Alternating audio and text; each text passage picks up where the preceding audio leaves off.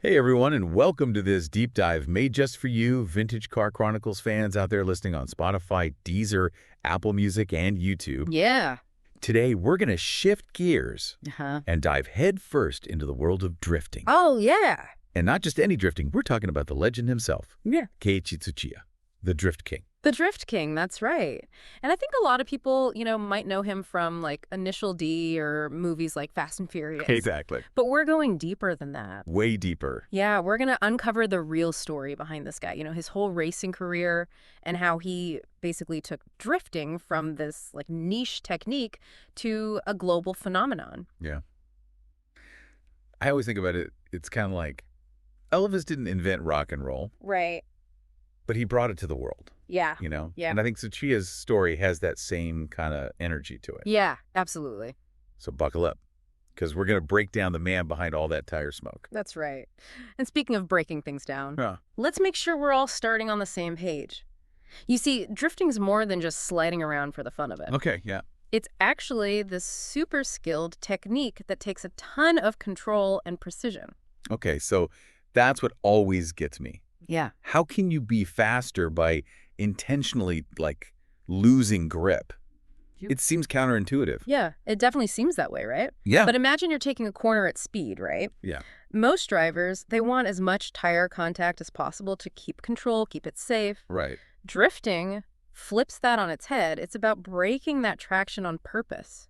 Oh. Yeah, you're using the car's momentum and you're shifting the weight so you can slide through the turn. So you're working with the car, not against it. Exactly. Yeah. It's this delicate dance. Wow. You're trying to find that perfect spot where you're in control of the slide, Yeah. using the gas, steering, even the e-brake to get the perfect angle. That's crazy. Yeah. So it's almost like walking a tightrope at 100 miles an hour. Yeah, that's a great way to put it. And to think this all got started on those mountain roads in Japan, right? Yeah, that's where it all started. Those winding roads up in the Japanese mountains, that's where those roots are, Even Tsuchiya himself, he was drawn to the sound of those races as a kid. Yeah. Just the echo of the engines through those valleys. It's like a siren song. Yeah, exactly. Pulling them in. Pulled him right in. And you know what? There was already kind of a drifting king up there, though he wasn't called that yet. Oh, really? Yeah. Interesting. His name was Kunimitsu Takahashi, and this guy, he was a legend in his own right. So there was like an OG drift king before Tsuchiya? Okay, this is where it gets interesting. Tell me about this Takahashi guy. This guy's story is wild. Okay, Right. so he started as a motorcycle champion, right? Okay. Won a bunch of stuff. Even conquered the Isle of Man TT. Oh, wow. That's intense. Yeah. One of the most dangerous races in the world. Yeah, talk about nerves of steel. Nerves of steel, exactly. So how did he go from bikes to cars Yeah. and more importantly to drifting? Well, so after a near-fatal crash, Oh, wow. yeah, he decided to switch to four wheels. Okay. Now, this is back in the 60s and 70s, Right. and tire technology, not exactly what it is today. I can imagine. Yeah, so try to wrangle one of these powerful race cars with those tires. I'm guessing there was a lot of unplanned sliding going on. Yeah, a lot of sideways action going on. Uh-huh. He was pushing a Nissan Skyline GTR, Oh, okay. which already a beast of a car. Yeah. And so he kind of developed this drifting style out of necessity. Right. So he wasn't just trying to look cool. No, not at Yeah. all. It was using those controlled slides to keep his speed up through corner. I love it. So he's winning. He's using the tech to his advantage. Every way, yeah. Yeah. To make it work. That's awesome. Yeah. But where does Tsuchiya fit into all of this? How does he go from listening to, mountain races to becoming the drift king?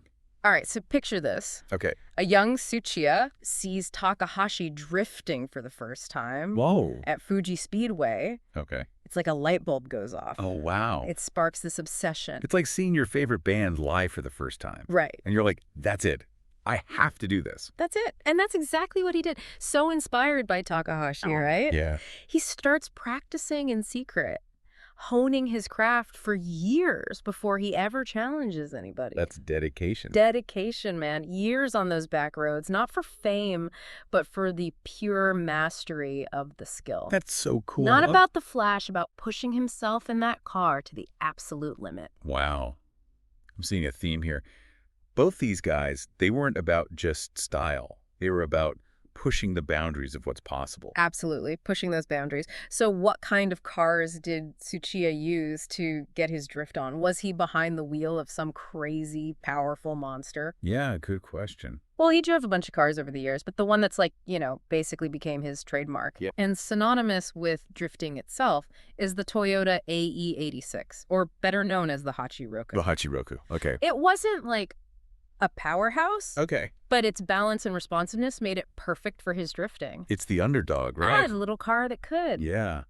I can only imagine the look on people's faces when this guy in this little car starts beating all these, more powerful cars with his sideways style. Yeah. Oh, I bet there were a lot of drop jaws and raised eyebrows. He was winning races, but the officials, they weren't too happy with his, unconventional technique. Really? Yeah. In fact, Nissan even accused him of cheating because his AE86 was outperforming their cars. So that tells you something right there. Right. He's doing something special. Yeah. He was onto something revolutionary. But how did this underground style, this rebellious way of driving, become mainstream? There had to be a turning point. There was. It all came down to a video, and the video was called Plus B. Basically, it was the viral video of its time. Oh. It captured Tsuchiya's insane driving on those mountain passes. Wow. And exposed the world to the art of drifting. It's like a mixtape. Back in the day. Yeah, You're passing it around, you're showing it to everyone. Exactly. But I'm guessing not everyone was happy with this new style of driving. Right? Yeah, not everyone was thrilled. They thought it was too dangerous. Okay. So Plus B got banned. Oh, wow. But, anything that's forbidden, it just makes it more popular. Like a secret. Exactly. Like what's going on? Everybody wants to know what the fuss is about. Yeah. So in a way, Tsuchiya went from a rebellious racer to actually being a catalyst for competitive drifting. It's a wild turn of events. The guy who was getting in trouble for his driving is now a judge in these formalized drifting competitions. Mm-hmm. He helped create the rules, the judging criteria, shaping the sport as we know it today. Wow. What a journey. It's amazing. So from almost getting his license taken away to actually becoming a respected figurehead. It's quite a story. It is. Yeah. But you said earlier that Tsuchiya's story goes beyond drifting, right? Yeah, absolutely. There's more to tell. Oh, yeah. Way more to this story. Okay. His story takes us from those mountain passes to the world of professional racing. Oh, wow. Yeah, and that's where we're going to pick things up in the next part of our deep dive. So get ready, because things are about to get really interesting. And that's where things take a really interesting turn, because Tsuchiya wasn't just a one-trick pony, limited to just those, sideways antics. Yeah. He actually had the skills and the drive to compete at the highest levels of professional racing. So we're talking like staying on the track is the actual goal here. Yeah. Proper circuit racing where precision and consistency are key. Absolutely. You're right. It requires a whole other set of skills. Wow. Yeah.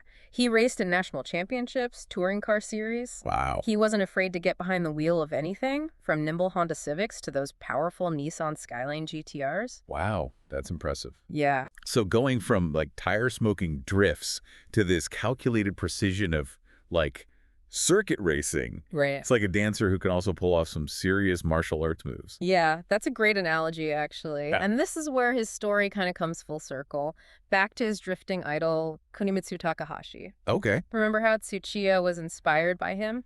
Well, they actually got to race together as a team. No way. That's awesome. That's got to be like a rookie basketball player getting to share the court with, like Michael Jordan or something. Yeah, what an opportunity. Incredible opportunity. And you know what? They did even better than just race together. Oh, really? They co-drove a Nissan Skyline GTR in a Group A race and secured a podium finish. They took third place. Wow. Against some pretty fierce competition. That's awesome. Can you imagine how thrilling that must have been for Tsuchiya to actually race alongside his hero and achieve a result like that? You must have been a dream come true, right? Yeah. To meet your idol, race with them. Yeah, and then to stand on the podium together, that's like storybook ending stuff. It is. It really is. Did their paths ever cross at Le Mans?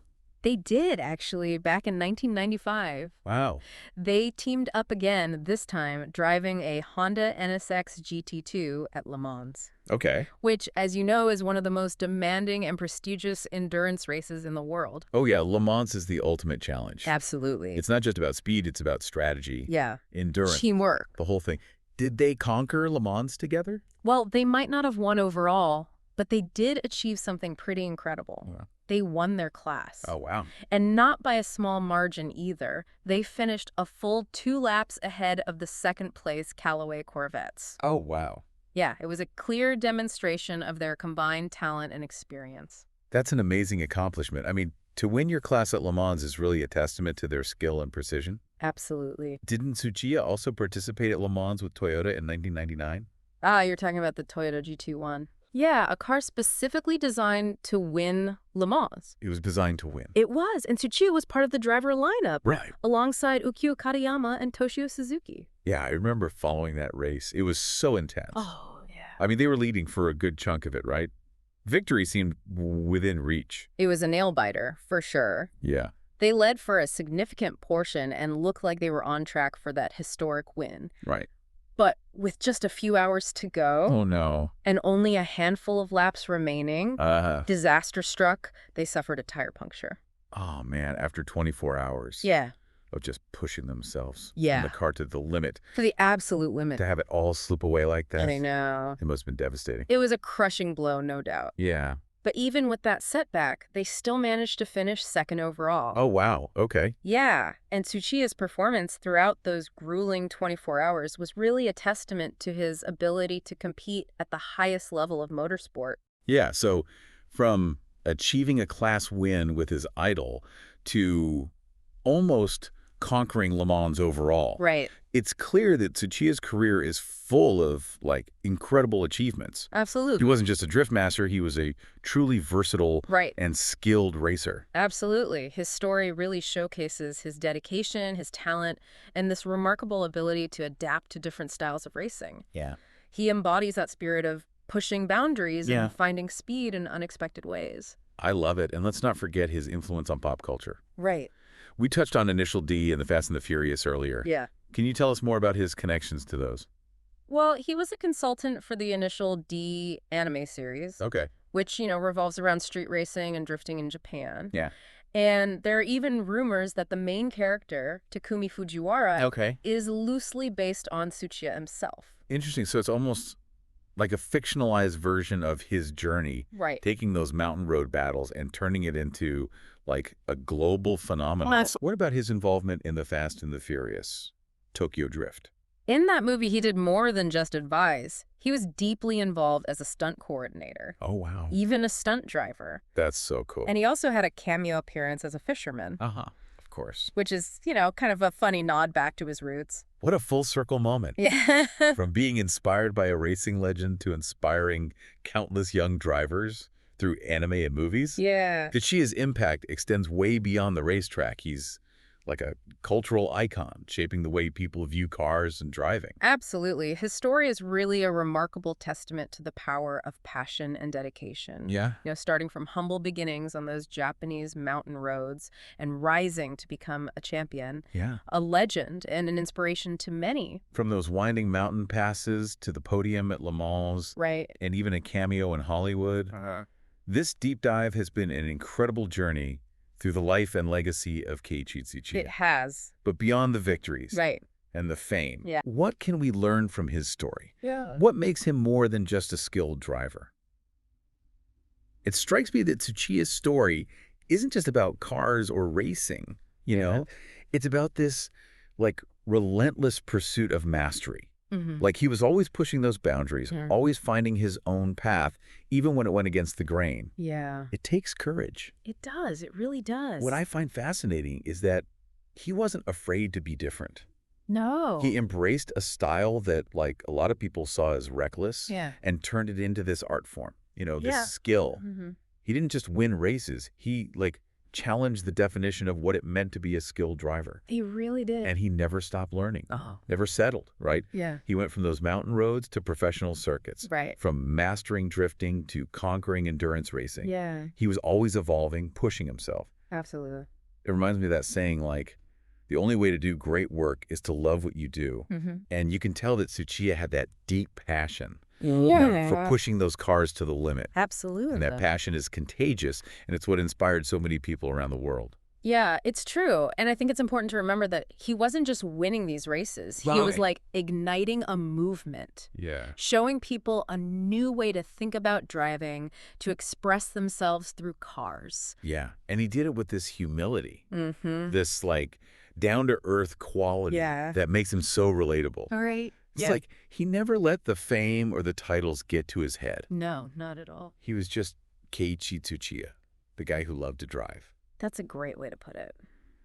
So, I mean, what does all this mean for, like, the listeners out there? Right. You know, people who might not be race car drivers, but who have those dreams and passions that they want to pursue. Yeah. What can we take away from Tsuchiya's journey? Well, I think if we connect this to the bigger picture, his story is a really powerful reminder that dedication and perseverance can lead to extraordinary achievements. Right. It's about finding that thing you love and pursuing it relentlessly, even when it's unconventional or challenging. Yeah. Don't be afraid to, like, push those boundaries, No. to experiment, to maybe even fail sometimes. Right. Because it's through those failures that we learn and grow. Absolutely. And I think, Tsuchiya's career was definitely full of twists and turns, unexpected victories and, some heartbreaking defeats. Oh, yeah. But through it all, he maintained that unwavering passion, that drive. The drive to keep pushing forward. Yeah. And he showed us that it's not just about the destination. No. It's about the journey. It's about the challenges we overcome. Right. The lessons we learn. Yeah. And the impact we make along the way. Absolutely. He was a pioneer who defied conventions and redefined a sport. Yeah. And his story, it continues to inspire generations of drivers and enthusiasts all over the world. Well, folks, that brings us to the end of our deep dive into the world of Keiichi Tsuchiya. It has. It's been an absolute thrill ride. Yeah, it has. Exploring his life and legacy with you all. It's been a pleasure sharing this journey with you. Absolutely. And Tsuchiya's story is really a testament to the power of passion, dedication, and that willingness to kind of break the mold. Break the mold, yeah. It's a reminder that even the most unconventional paths can lead to those extraordinary outcomes. For sure. And don't forget, Vintage Car Chronicles has new episodes for you every single day. Every day. So hit that subscribe button. Stay tuned for more automotive adventures. We've seen how drifting went from this underground phenomenon to this global motorsport sensation. Yeah. Thanks in no small part to the influence of Keiichi Tsuchiya. Absolutely. So what will the future hold for drifting? That's a great question. Will it continue to evolve and innovate? Or has it reached its peak? Yeah, something to think about. Yeah, something to ponder. Thanks for joining us on this deep dive. It's been a pleasure. And remember, keep those engines revving and your passion for cars alive. Absolutely. We'll catch you in the next episode of Vintage Car Chronicles.